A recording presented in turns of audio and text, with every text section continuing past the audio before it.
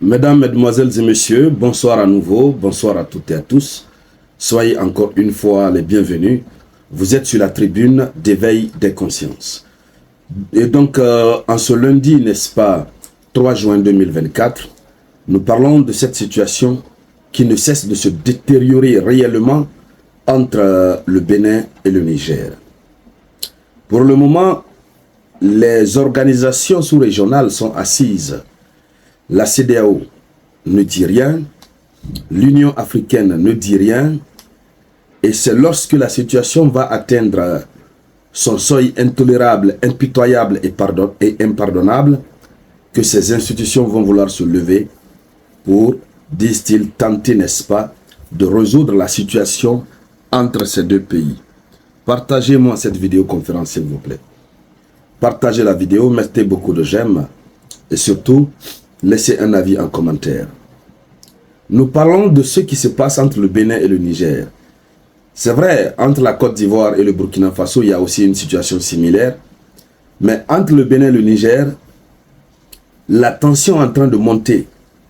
Et actuellement, les autorités nigériennes, je veux parler du Premier ministre nigérien, Mahaman Ali Lamine Zen, il ne cesse pas de tirer sur la sonnette d'alarme. Toutes les déclarations qu'il fait devant la presse, ces déclarations ont pour objectif d'interpeller la communauté sous-régionale, la communauté régionale et même la communauté internationale. Bon, on ne va pas parler de communauté internationale puisque cette communauté ne sert plus à rien. C'est une communauté qui d'ailleurs se réjouit de ce qui est en train de se passer.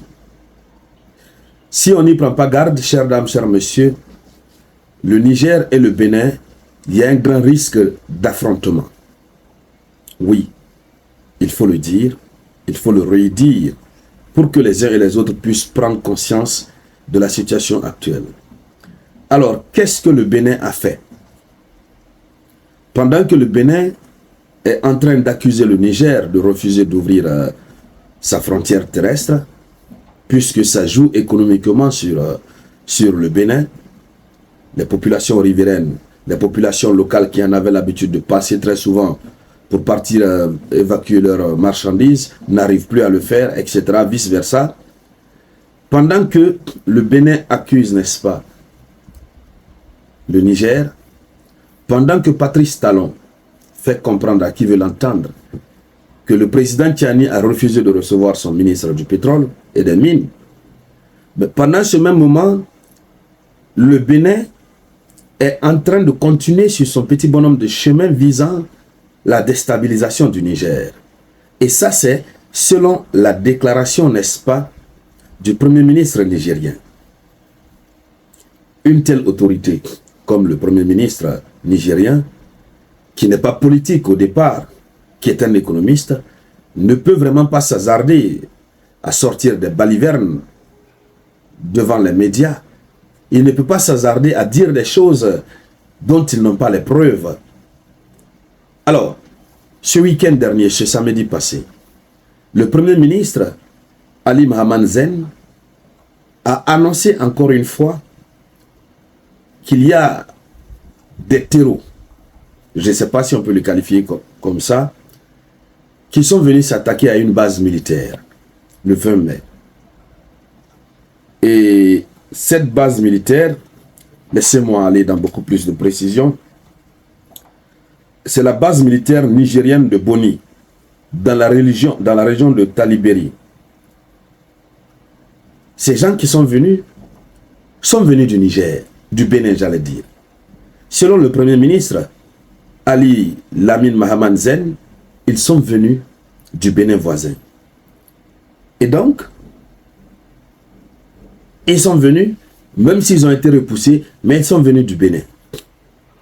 La vérité, c'est que tous ceux qui viennent, honnêtement parlant, tous ceux qui viennent créer des ennuis, que ce soit au Niger, que ce soit au Burkina Faso, ou que ce soit au Mali, ne viennent pas du ciel.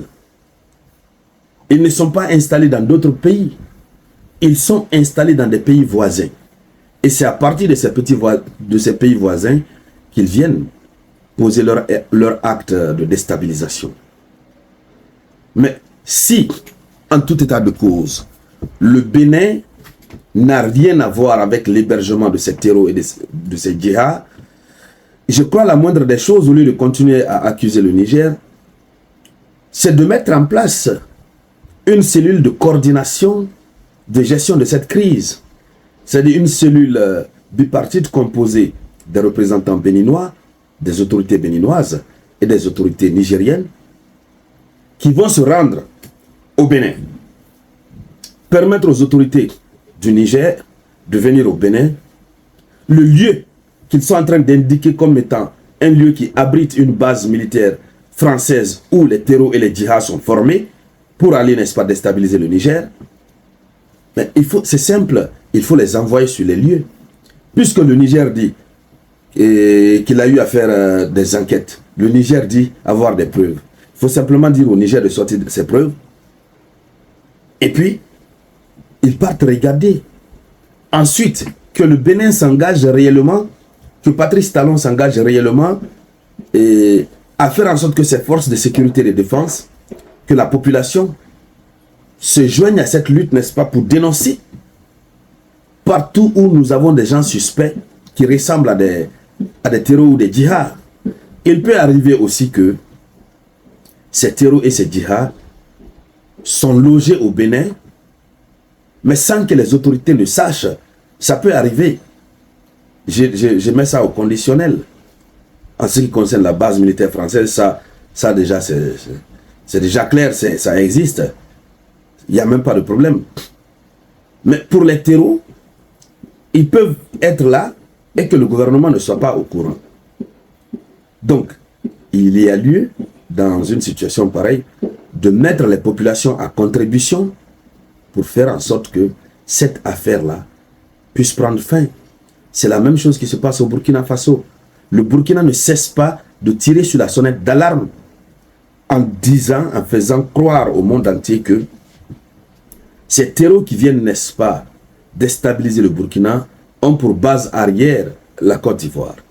Quand ils viennent commettre leur forfaiture, ils partent se réfugier là. Donc, la situation devient très compliquée. Et ici et maintenant, nous attirons l'attention de ces fameuses autorités de la CEDEAO, de l'Union africaine. Puisque l'allure que la chose a pris comme ça, si une solution idoine et rapide n'est pas trouvée, je vous le dis, ce n'est pas mon souhait, mais ça va tourner à un affrontement entre le Bénin, n'est-ce pas, et le Niger. Parce qu'à un moment donné, le Niger va se dire, bon, écoutez, comme c'est de là qu'ils viennent, nous aussi, nous allons organiser des contre-offensives. Nous allons prendre des mesures de représailles. Et cela va nous conduire à quoi? Que Dieu nous en préserve vraiment. Alors, mesdames, mesdemoiselles et messieurs, voici ce qu'il faut dire à ce sujet. C'est très triste, c'est déplorable de voir l'Afrique se diviser à cause de ceux qui veulent continuer à servir sempiternellement la cause du néocolonialisme. Merci donc à toutes et à tous pour votre contribution à cette vidéoconférence. Merci encore une fois de la partager au maximum. N'oubliez pas d'activer la cloche de notification. Je vous reviens tout à l'heure avec de nouvelles actualités. C'était la voix de votre unique samouraï.